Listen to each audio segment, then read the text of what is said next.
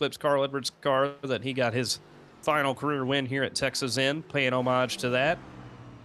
Now putting himself in victory lane. And if you wanted to pick a time in the season to heat up, this is when you want it to happen, Kenneth. A championship 5 appearance last season and the first 10 races of the year. They didn't treat him very well. But to find that momentum at the right time, this is when you want to start heating up. And he starts it today at Texas. Paul's setup shop victory lane will see Stephen Maggio win at Texas Motor Speedway for the first time in his career and for the first time in this 25-26 four-wide racing season. What an unbelievable, dominant performance has been for Maggio. It's a blank slate, and the first name written on the board is this man right here. The Cairo, New York native will see himself locked into the four-wide playoffs for the second consecutive season. And in an old-fashioned dominant race that we hardly ever see with this car especially, but we just don't see that much often these days, is when you just get a driver that hops in the car and nobody can beat them. We only see it on a handful of occasions every year, and for Stephen Maggio to do that here tonight, to just get out there, sit on the pole, and just lead almost every single thing, becomes the third consecutive third consecutive race here at Texas where the drivers won from the pole. He joins James Holzer and Brandon Hawken in that list as he continues his celebrations right in front of his first pit box. Stephen Maggio captures the victory and now steps himself in front for the first race of 2026. Let's give you the unofficial race results as this race comes to a close from Fort Worth, Texas, where it is Stephen Maggio capturing his 5th career 4-wide dub and his first of the season in triumphant fashion. Kyle Benson hung on for second place. Got to give him credit, even with a loose race car at the end. Justin Rock captures a 3rd place effort, beating Alex Schumacher to the line by a few tenths of a second. Less than that, actually, at the start-finish line. So a great run for those two. Schumacher with another top 5 to his credit, continuing a solid point season. Brandon Banks came up sneakily in the Homestead All-Star race several weeks ago, and it's another dominant performance in the top 10 for the Myrtle Beach, South Carolinian. He puts up a top 5. Tristan Bailey, his first top 10 of the season, comes tonight from 6th. Jonathan Jurgensmeyer in 7th. Craig Lounslager back in 8th. Brandon Showers, his first ever race, results in his first ever top 10. Tip the cap to Brandon Showers, the son of Randy, making his way to 9th. And Trevor Haley, the Indiana native Francisco, rounds out the top 10. Tony Kivet with a nice 11th place finish here from the Texas Motor Speedway. CJ Munier will be the final car on the lead lap in 12th. Really good runs for both of them to get these solid finishes on the lead lap. Lost appeal after his pit road speeding penalty. Will finish in 13th, and he's not the only one to be in this list of speeding pit lane drivers. Among them, Michael Walls as well finishes in 14th after speeding. Mikey Neal sped as well, moves down to 15th. 16th will go to Eric Schaefer. Jaden Porter, another one of those too fast on pit road, to finish 17th. Michael Newbrough tried that alternate strategy, ultimately ended up pitting in the 18th spot. Timothy Cook in 19th, and Randall Payne, after the good qualifying and hard impact to the wall, will finish in the top 20. Keelan. Nicholas Bauman finishes in 21st with AJ Green in 22nd. Craig Parks 23rd. Christopher Bishop, who was involved in that second caution of the day, finishes in 24th. Jason Hastings 25th. Daniel Moore 26th. Donovan David finishes 27th. Amir Bascom in 28th. Blaine Snyder and Randy Showers ran at the top 30. And then behind them, J.J. Hill crashed out early in this race, 31st. Andretti Robinson, the same, brought out the first yellow of the night in 32nd.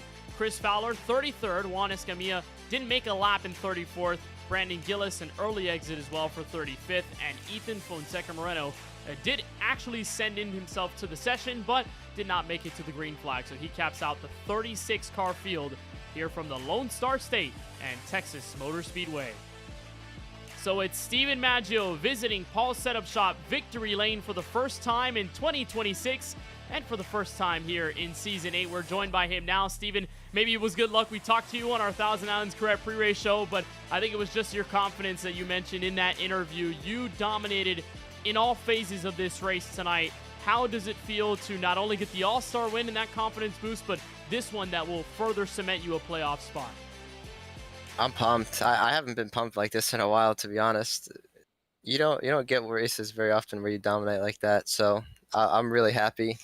Like you said, I don't know. I woke up this morning it might sound weird, but like I was just confident. Like I woke up and I really thought like I'm just gonna go in there and I'm gonna execute tonight. Like so in the past, like towards the second half of 2025, I was having some bad luck, but I just wasn't executing good. Like I was joining last second, so I was like qualifying without running any laps in the practice session, and I was like, I'm just gonna get in there tonight, run some laps before qualifying, set a lap down, and then just go to work from there. And it just all worked out. So I'm really pumped about it. A race in which you really stepped up, and even though you had some fights midway through, Lawson Peel, Kyle Benson, you were able to stand up on defense and move on forward even despite those moments. How did that feel in that situation, just stepping on front, crucially nailing the restarts, and really just becoming that driver that always seems to be not stopped at this juncture? Yeah, the restarts were honestly a little scary. I mean, I talked to you guys about it in the pre-race about how I was really scared to get air packed on restarts, and I was getting big jumps because it was like first gear was slightly faster, and it's really hard to like time a restart if you're in second or third when it's a first gear restart. So I was getting big jumps, and I was just under driving it, and I think twice I let Lawson get to my outside, and I pushing really hard to keep the lead because I knew that clean air was everything, and I almost wrecked myself. Probably didn't even look big on the restart, but I was on it Lawson's inside one restart, and I sent it into 3, and I hit the brakes just a tiny bit too hard, and I almost lost it. But other than that, yeah, I felt like I was just able to control the race pretty good, and that the green flag pit stops caught me off guard a little bit. I hadn't really practiced a pit stop, like my pit entry, so that was really slow, and I thought people would run the tank out more with how often on iRacing you get a caution, like you pit and then you get a caution like slab in the middle of a pit cycle and you're ruined. So I was hoping more people were going to stay out because I didn't want to pit that early, but it all worked out, and I figured I should just take 2 at that point because Kyle and Lawson had already pit. So if I took 4, I was going to be behind them. So I was just like, you know what, we're going to see how 2 is. We're going to take 2. That way we can keep the lead at least, and maybe if he's faster, I could do something. But 2 tires worked really good, and I'm still yapping, so sorry about that. No apologies. We want to hear you give your thoughts on this race and how dominant it was for you. You have all the spotlight, and I kind of want to bring this up because it's a bit of a funny situation. I think you may be the first time that we have a pre-race interview be a driver and then they end up winning the race. I don't think that ever has happened before. I can be corrected. We have to look back in the archives, but usually we don't pre-race interview somebody and they end up winning. So I think you may have been the first to do that. So big congrats on that end. And another end, Francisco, looks like he asked me to ask you this. Okay. Do you have any spots in New York City for him to hit up? He's hitting that spot a couple weeks from now. The Nintendo store, the Mario store. There's a Nintendo store, and the M&M store is always cool. I don't know if you've ever been there. I live in upstate New York, but I really don't go to the city very often at all. But I do like the Times Square is awesome. Statue of Liberty is awesome. The 9/11 Freedom Tower, that one's really cool just because what it means, and I guess I'd recommend those. But I'm not necessarily the best person to ask about that. But I guess that would be my answer. Well, you might be the closest person. I don't know if we know anyone, Francisco, that lives in New York City that we know of on iRacing at least. No, not in here in this series. I mean, we know Joseph Costello, who's in the Staten Island area, but he's not exactly readily available to ask at this moment. I'll be heading out there in a couple of days, Steven. Cool. Yeah, I mean, I'm a huge Nintendo fan, but I honestly think it's genuinely cool. Like they have every console that they've ever made in there on the second floor, and they have just some cool stuff in there. So I would maybe look at that, check that out. Really cool. Looks like I have some places to hit up then. Francisco's hitting the notes right now. Steven, back to the point of the race. It's the second half of the season. It's almost a new year, new you in that sense. You start this year off with a fresh slate. You win this race tonight from Texas. What is that going to mean for the rest of this regular season and overall that overarching mindset of making it back to that Championship 5 stage and closing the deal? I think I just gotta keep this up. I mean, I felt really good, and I feel like I executed really good. So if I can just continue to do that, like I said, just kind of go by my 3 steps here. Like, make sure you run a couple laps in the practice session. Like you're you're ready for it. I like I said, I was joining these races and I was like barely making qualifying, and then you're not even like in your right mindset yet. So I just want to get in, run a couple laps, be in a good mindset, hit my qualifying lap, and then go from there. And I think even if I don't qualify great, as long as I'm in that mindset, I think I can do a lot better in the second half of the season. Well, it starts here right now, and it's a dominant victory from Texas, your first here and your first of the 4-wide Season 8. Thank you so much for joining us, Steven. Congratulations on the win. Before we let you bounce, though, anybody that you want to shout out or thank for the performance? Yeah, thank you guys for doing the broadcast, and Tyler Murray and Kyle Benson for running the league. Tyler wasn't here tonight, but still shout out to him. And I had some people on my call. Justin was in the race, and Randy was in the race. Randy Payne.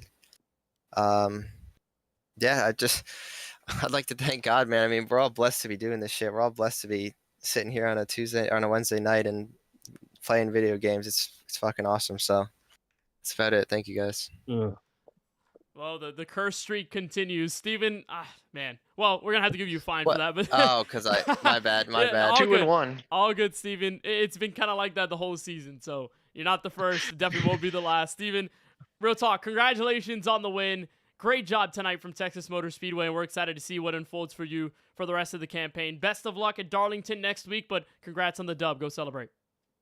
Thank you, guys. God bless. Have a good night. Steven Maggio, the winner tonight from 2-1. Texas. Man, we can't escape it. But it's all good. All good. Steven Maggio, the winner tonight, 118 laps led this evening. Let's talk to probably someone who will deal us the second bomb tonight. Kyle Benson is caught up with you, Francisco, on a second-place finish from Texas. Well, Kyle, normally at this point, when you manage to get to this level, you're talking to Keelan, but you've moved up one step. Now you're talking to me, and you really put on a good show here tonight. You drove up through the field. You got up into the top 5. What did the car feel like once you got in there behind the wheel? It felt pretty good. I mean, if track stayed a little hotter, I think would have been a little better. Once the track started to get rubbered up and cool down, I was just tight. Really couldn't go anywhere after that, but felt really good in the beginning of the run, and just kind of saving my stuff and just biding my time and having good enough race pace and being consistent enough to be up front. I bungled qualifying and hit the wall out of 4, and I was kind of thought I was in for a ringer. But we were ran pretty good. Kept tires on it. I just, at the end, I mean, I didn't know 2 tires were gonna be that quick at the end, but do what we can, take good points, and see what we can do after this one. This is really going to help your point situation work itself out as we start counting down the number of races until that Daytona regular season finale. And Kyle, after we had a long break, we were talking about it before the show that it's just been a lot of off weeks, end of the year, Christmas, all that sort of stuff. But now we're back here. We're back in 4-wide. We've got the first race back. So now as we start getting into this stretch of races where we're starting to get multiple tracks laid out ahead, multiple different tracks, what do you think is going to be the key for you to not just run these races and run them well, but possibly get into victory lane for your playoffs hope?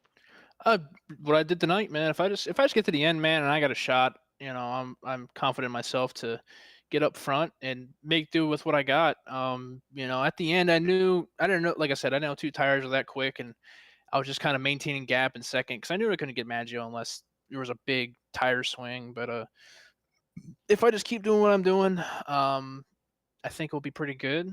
I would like to make the playoffs this year, but we'll see what happens. It's been kind of off and on with many other things going on in my life, so but definitely would like to make it to the playoffs. But if I don't, we'll make it a good run and see if we can get a win this year. But I feel honestly pretty good after this week, coming off the off weeks, and put on a good show like this. So we'll see what happens. Hopefully I can put one together, and maybe I'll be talking up one step higher now. Yeah, maybe you'll be talking to Kenneth the next time, but I won't let Keelan get away without talking to you. Keelan, you got anything for Kyle here? Well, I don't know. We talked about earlier in the show, Kyle, about our confidence level for this upcoming Monday. Yep. So where would you say you are? Because I would not be surprised at all if we lost 30-0.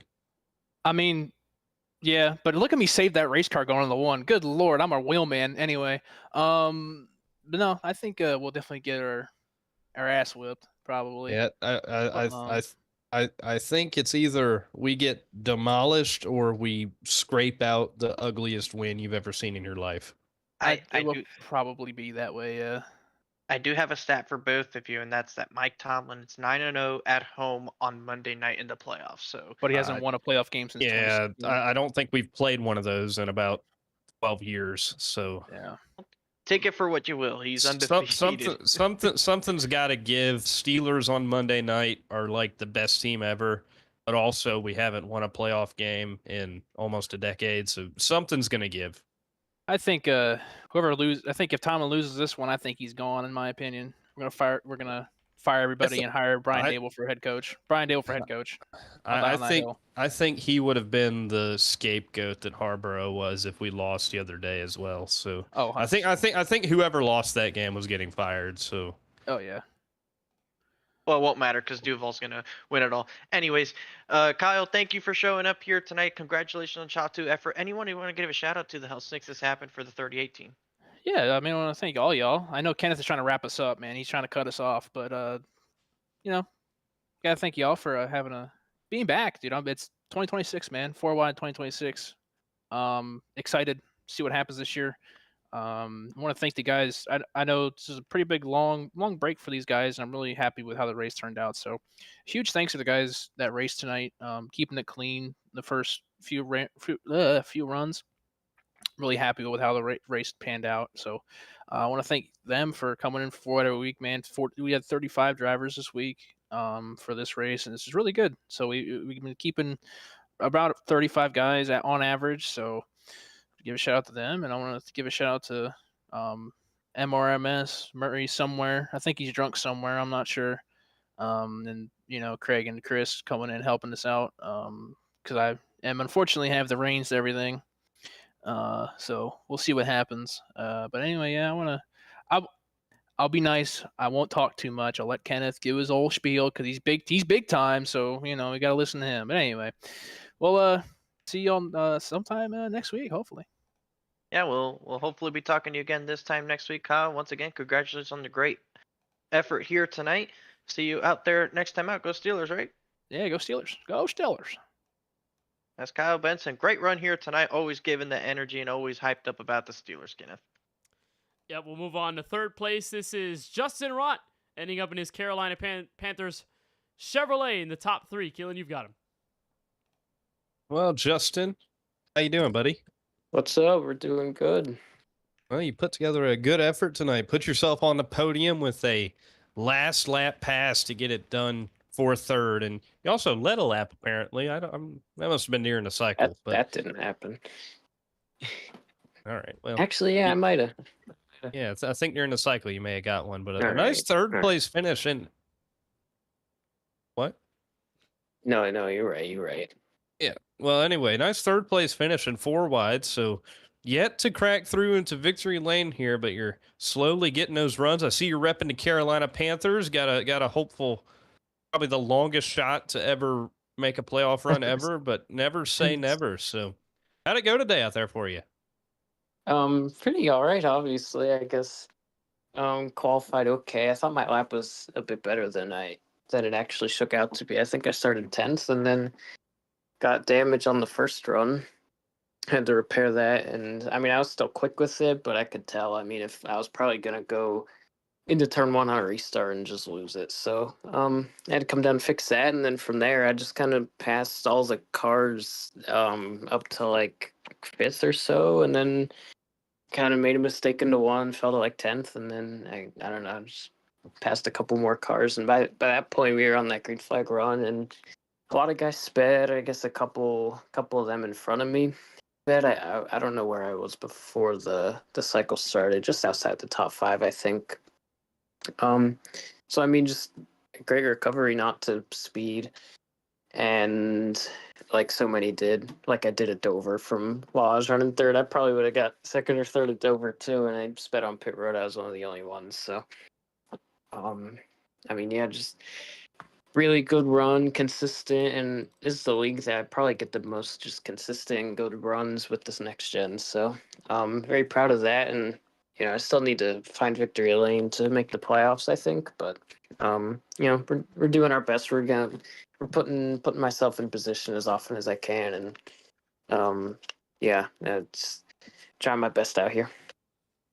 Yeah, only your 6th start, and it's already your 5th top 10. So you have had the speed in the races you've shown up in. So that make you a little, man, if I would have showed up for all these races, maybe Uh, could be up there battling for a points lead.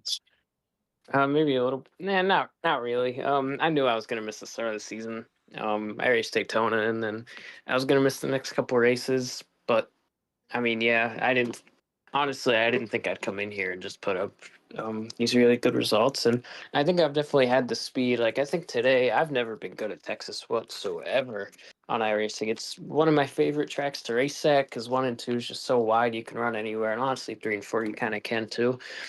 But I just have not been good at it. So, um, I mean, yeah, just um, very glad to even have these good runs at the tracks I'm not really used to running or very good at. So, yeah, I mean, I guess I wish I raced the whole season. I definitely make the playoffs on points, but it kind of just makes that need for a win just a little bit more, and maybe that's the only motivation that I need to get into victory lane. I got you. Well, a good finish for you tonight. P3 on the podium. You got anybody you want to thank? Shout out Steven on the win, of course. Everyone else on Godink, Randy, Mike, Jurg, everyone else that was in the calls with me and would be watching this broadcast. Shout out to all the admins and everything for putting this on, and all you guys for broadcasting it every week. All right. Well, we thank you for joining us, Justin. Congratulations on your podium finish. Thank you, brother. Justin Rotten, his 07 Chevrolet walks away with 3rd place at the end of tonight's event from Texas Motor Speedway, but it didn't come without a fight. It was Alex Schumacher trying to hold on, those two separated by the mere hundredths of thousandths of a second. It was real close between those two, and Alex joins us now for a little bit of time. Alex, career numbers you're putting up in this 4-wide season, plenty of top 5s to spare. This one adding on to the list and another strong card tonight. What seemed to work for you the best? It seemed like you could go anywhere and find speed, specifically in the top 4. I'm just getting better and better at manipulating air, finding where the car needs to go, sacrificing a lane up or taking the high side, overrunning the bottom where everyone else is. Just putting my car in other places where it isn't for everyone else. Getting close to people through a bumper, upsetting their car. Obviously, aero packing is a factor here. You can really get people loose.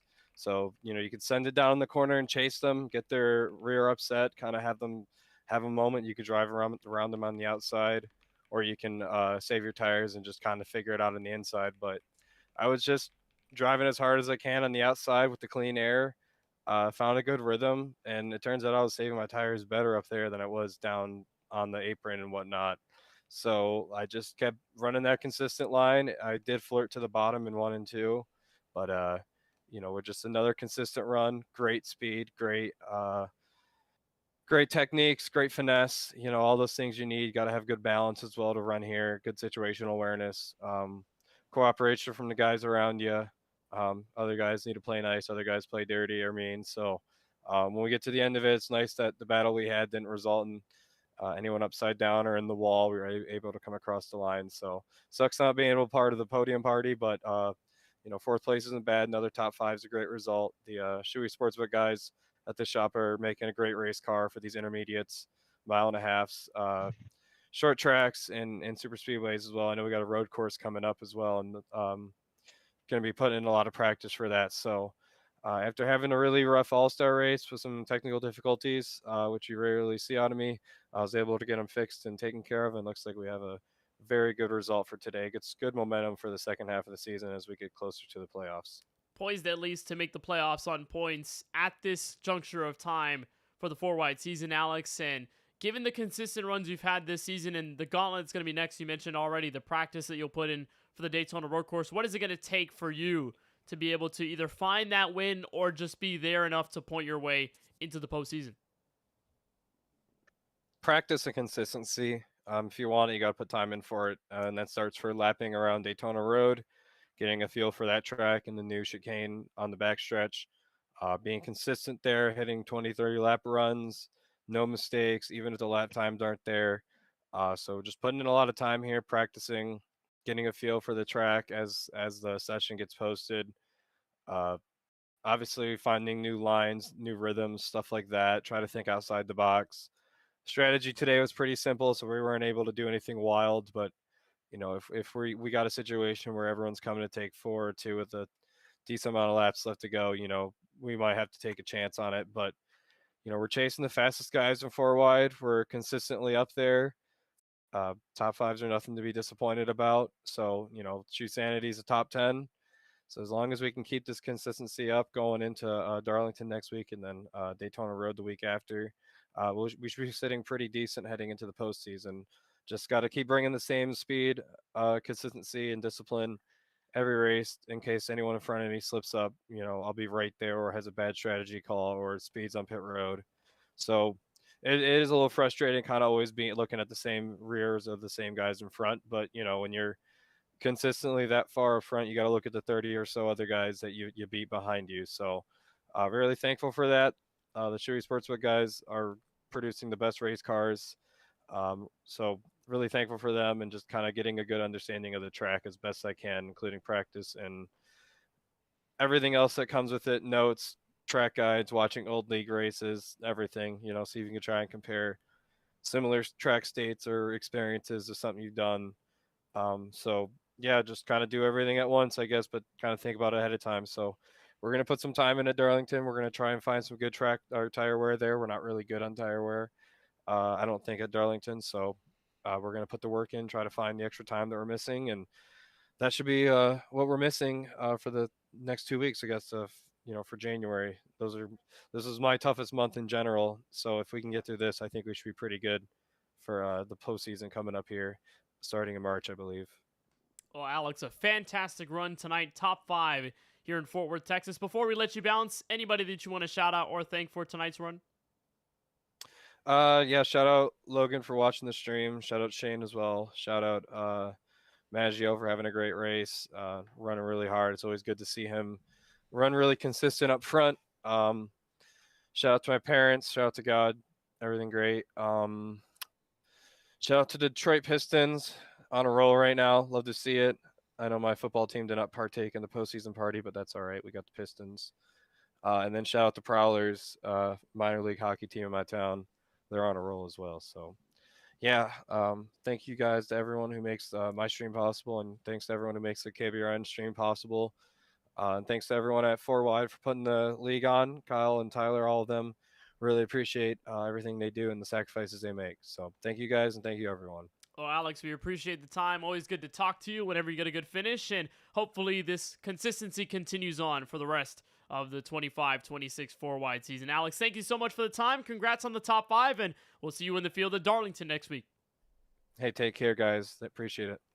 Alex Schumacher wrapping up a top 5. Had to talk to him given how great that battle was between himself, Justin Rott, and Kyle Benson for the rest of the top 3. It was very great to see. Steven Maggio, though, at the front, now continues on his success, wins the All-Star race, and then wins this race tonight from the virtual Texas Motor Speedway. And now we lead into one of the toughest tracks on the 4-wide calendar. Darlington Raceway hosts the next race of the 4-wide Racing TJ's Team Series for Season 8. We'll be live there with coverage of the Thousand Islands Correct pre-race show at 8:35 p.m. Eastern before we kick things off at 9:10 p.m. Eastern for the race itself. Then we'll continue on through the first road course race of 2026 at Daytona. The Daytona Road Course will host us right before we get through Rolex 24 festivities. Michigan the following week, Iowa, Old Atlanta, then the final 3 races, Phoenix, Charlotte, and Daytona before we decide those 15 drivers that make it to the 4-wide Racing TJ's Team Series playoffs. So that'll do it for us at the K1 Racing Network. For everyone involved, and on behalf of all of us on a fantastic race, it was glad to have you join us on what was another fantastic edition of 4-wide Racing here from the Lone Star State. For Nate Polite, Eli Comerford, and Charlie Byer at the K1 Racing Network, for everyone at 4-wide that makes this series possible, and on behalf of my colleagues in the booth tonight for Francisco Bacallao and Keelan Belsha, I'm Kenneth Bueno saying so long from Texas, and congratulations to the first-time winner of Season 8 and the 5-time 4-wide race winner, Steven Maggio.